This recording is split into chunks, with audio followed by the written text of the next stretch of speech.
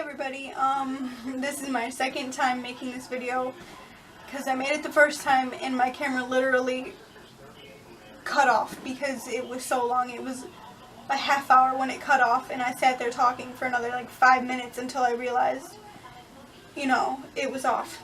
So I need to condense it to be shorter because, what I'm talking about today is a pretty lengthy subject, and it's something, that I know you guys won't like because it's pretty personal and boring, but it's something, this channel is made to be personal, made to be full of my memories and my stories in my life, so I figured I'd put it on here anyways, regardless, So,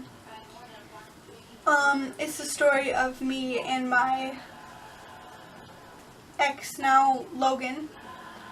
I'm going to be talking about how we met, like the story of how we met,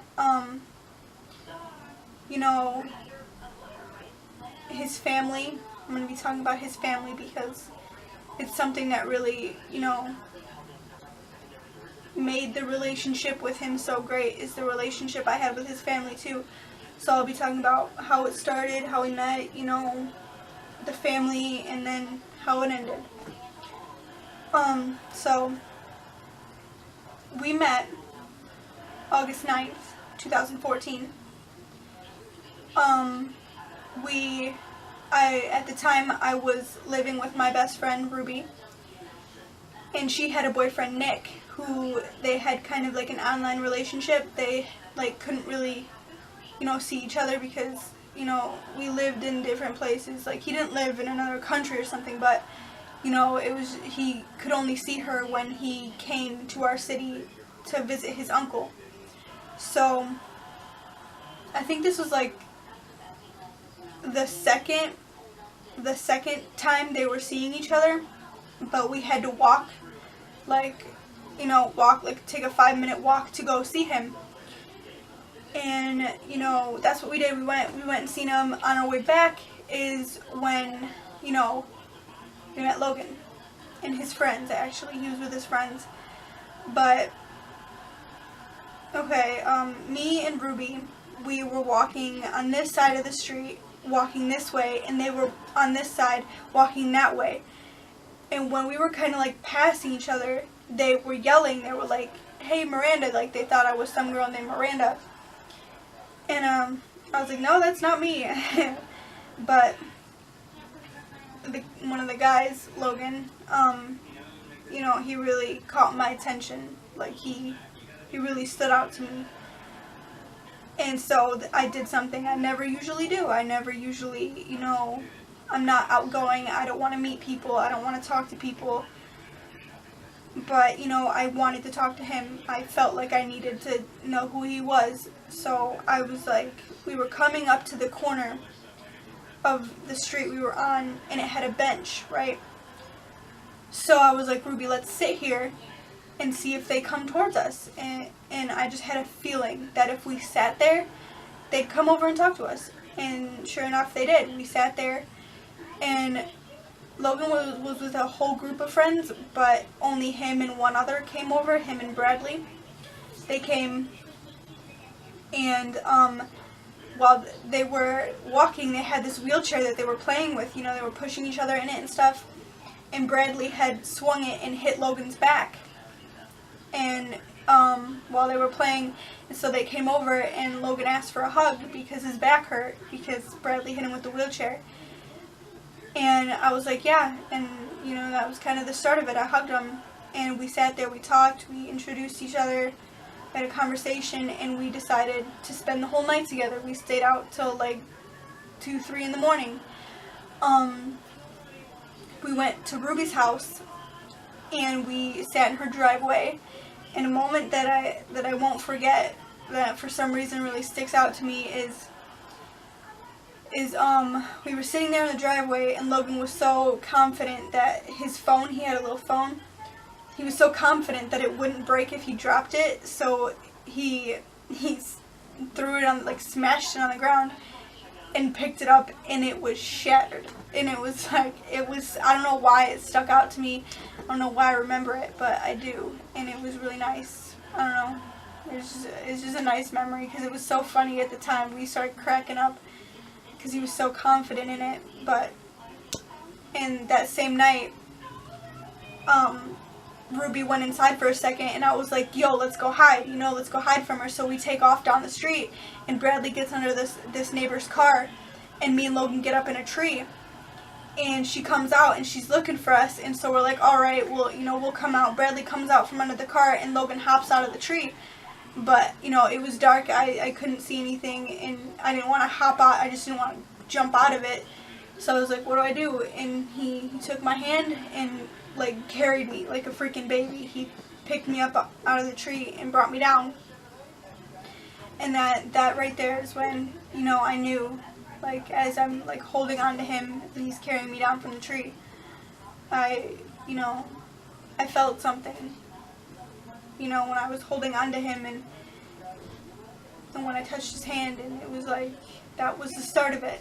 And later that night before they left, when Ruby first met her boyfriend, I went with her, and I would not let them leave until they kissed. I made them kiss the first time that they see each other, because at that point they had been dating for a month, but I made them kiss, and so Ruby decided to do the same with me and Logan. She wouldn't let Logan leave that night until me and him kissed, because the whole night I was talking to her on the side, oh my God, I really like him, he's really cute.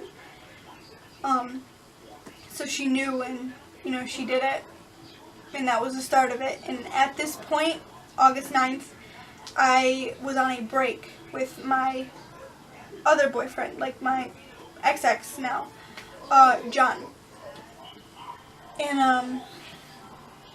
And Logan knew that, I was on a break with him, but, neither of us cared. That my relationship with John was a lot of negative feelings, and nothing that was positive. It was a 6-month relationship, and it was just kind of negative, and, we were on a break for a reason. We kind of, that relationship sucked.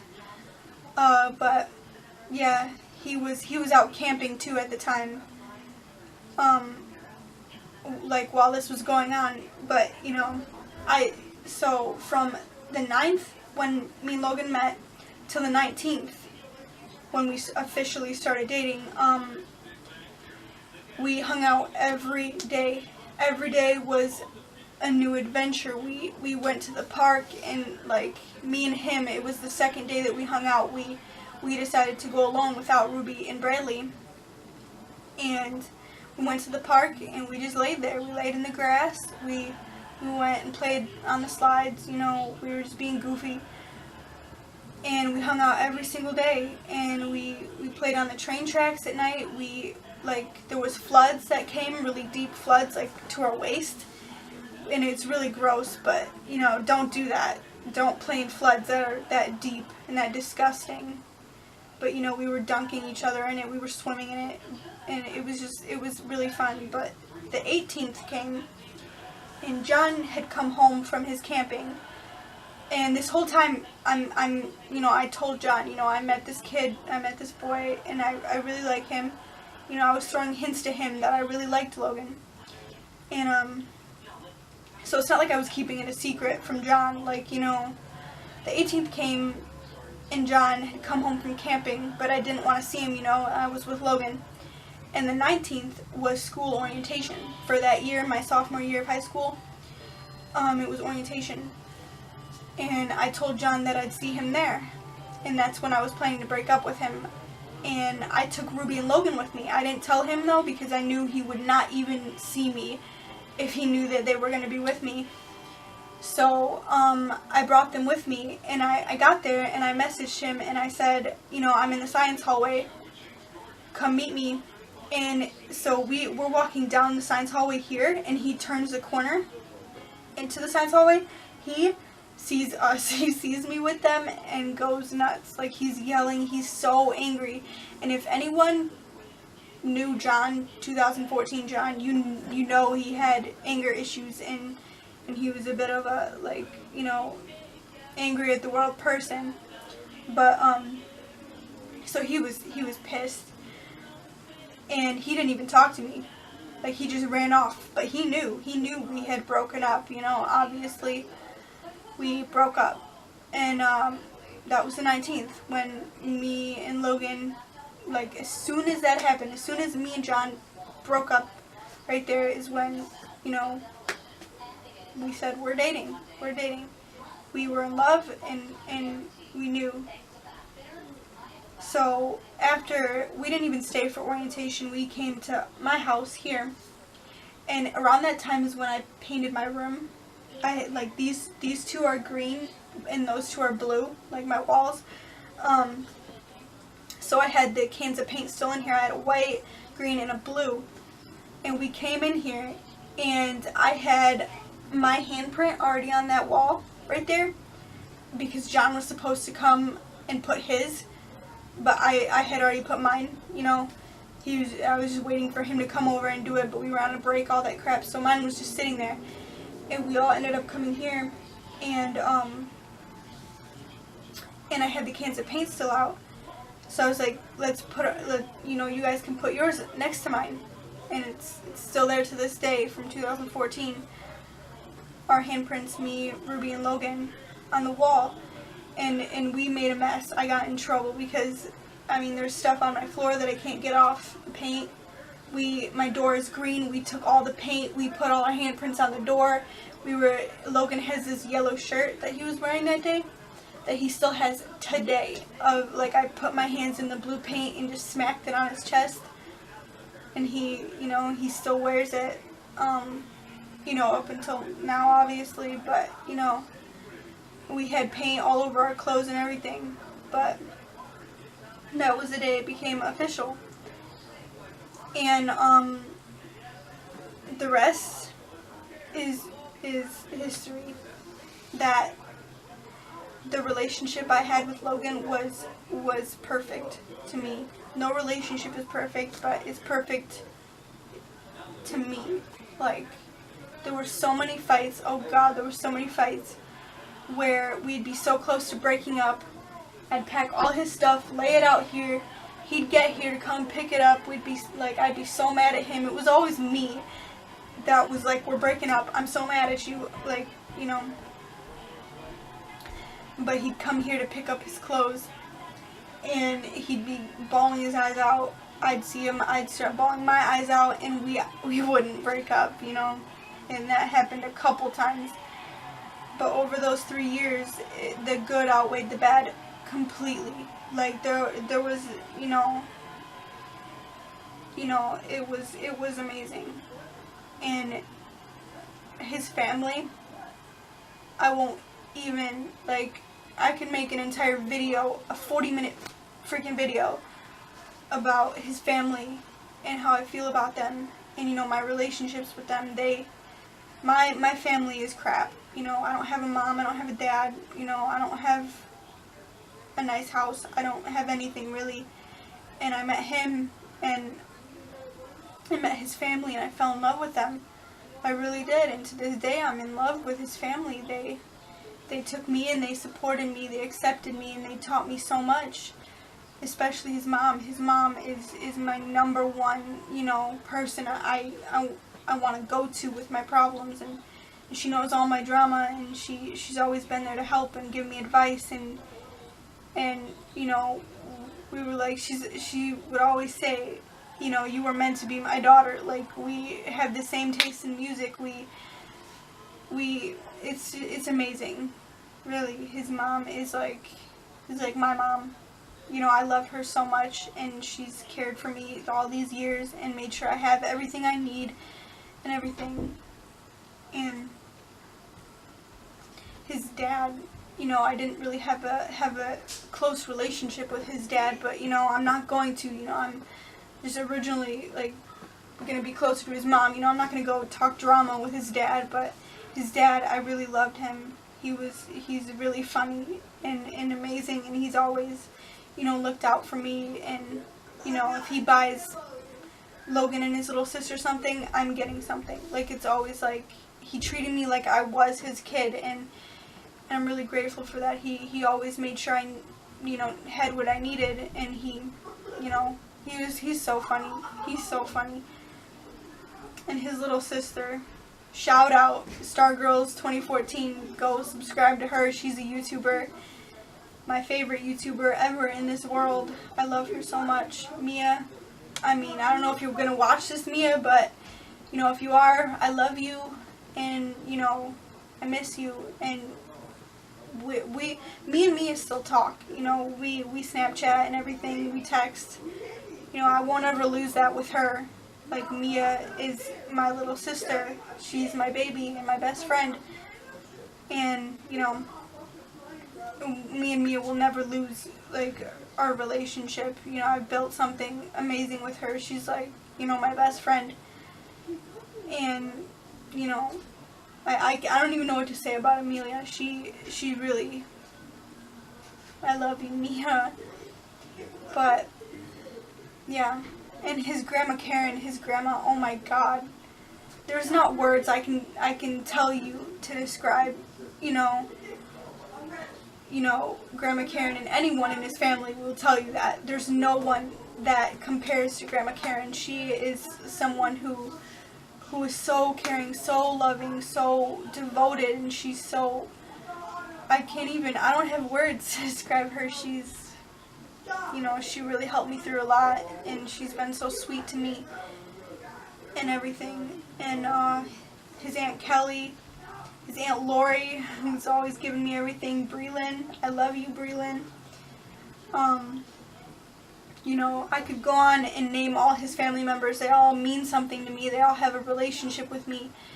And they're my family, even now after we've broken up. You know, they tell me, we haven't gone anywhere. We're still here. We love you. You know, you can come to us if you, like, whether it's a ride or, you know, just a talk, anything, and that's really beautiful to me. His mom especially, you know, taught me something very important about life. Jesus, you know, God. I wasn't heavy into religion after my mom died, but she really, you know, taught me a lot about that, about religion and God, and I live for those conversations I had with her on the couch about, you know, God and rapture and all these things happening that I had no clue, you know, about, and she's really opened my eyes to a lot, and I thank her for that.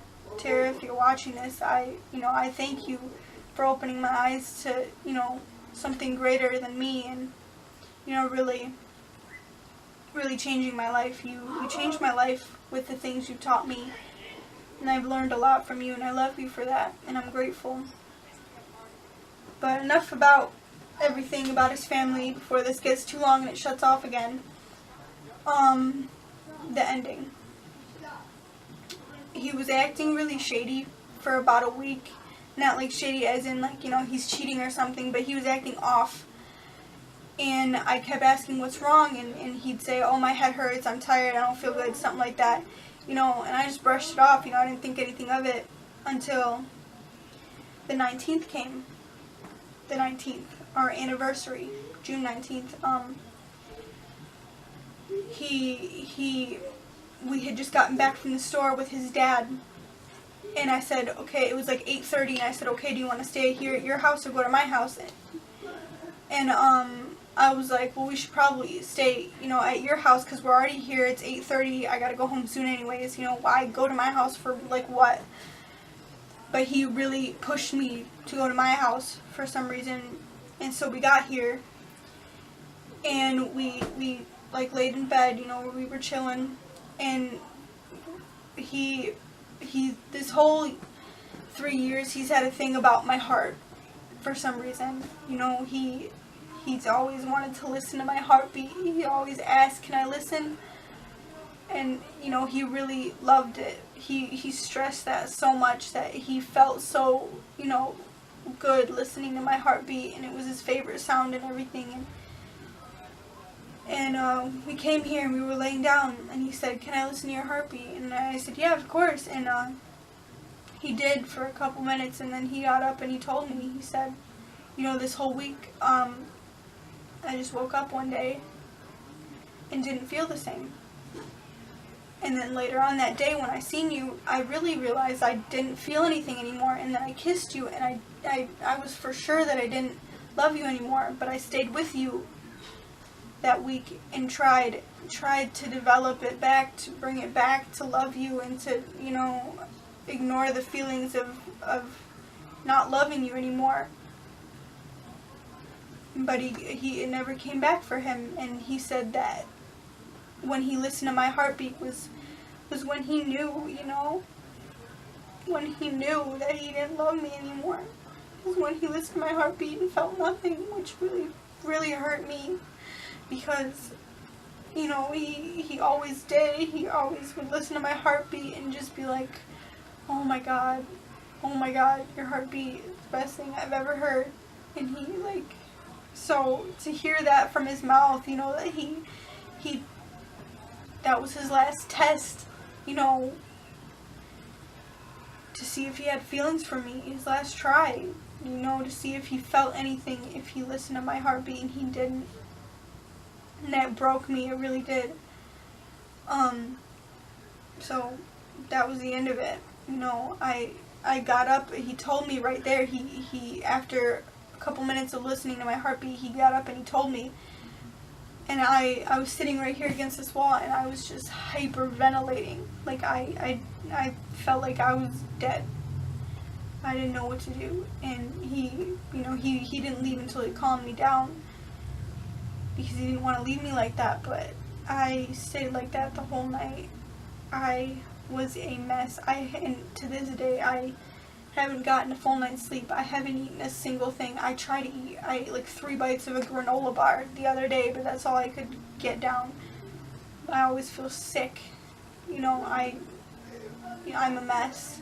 I really am, and I'm praying that this works out, because I'm praying and asking God, you know, for this just to be an obstacle that we have to overcome and come back new, refreshed, and stronger. And I'm just praying that this is, you know, a test of our strength.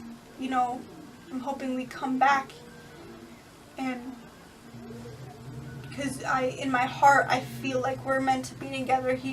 His family and him mean so much to me. They've changed my life from, you know, depression and sadness and suicide and all this toxic stuff, to magic, to beautiful, like, religious, like, light is all I can say. It was light when I met Logan, and it's never changed. So I'm hoping that this is, you know, this is a test of that God's throwing at us, and we just have to overcome it. We have to, you know, keep the faith in our relationship and come back. But you know, that's all I've got. I don't know, I can just pray and believe that God is doing the right thing. And that's, you know, that's it.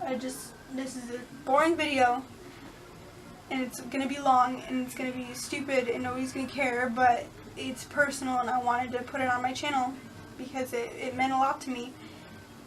And I really wanted to, I love telling the story of how we met. I love it. I could tell it a million times. So, you know, I figured I'd put my camera down and tell it, and along with it, tell the end of it. I don't even want to call it the end, because I truly don't believe it is the end. I mean, I built such a good thing with him, and I've gotten so close to his family, and it's like it's too good to just be over, I think. And I don't think God would rip that away, you know, from someone after, you know, so long and so, like, life changing. He wouldn't just take it away. So there's this video. I'm hoping that you guys watched it. It really means a lot to me, you know, this subject. So, I mean, I guess that's it. Next week's video, I will be on vacation with my friend in Traverse City. So, you know, hopefully there's a lot of happy vibes in that video. My introduction video was a bit depressing, and this video is depressing. But I'm gonna go on vacation to try to clear my head and take a break from this situation, this breakup situation right here. And I should be taking videos there where there's a beach right across the street from where we're staying. There's, you know, a carnival going on there. You know, I'm with my best friend, so it'll be a lot of happiness. And hopefully, you know, I'll be, you know, vlogging on my phone and trying to vlog on this and taking a lot of pictures and videos. And so next week's will be happier, and I hope you guys stick around, I guess. And that's it. Bye.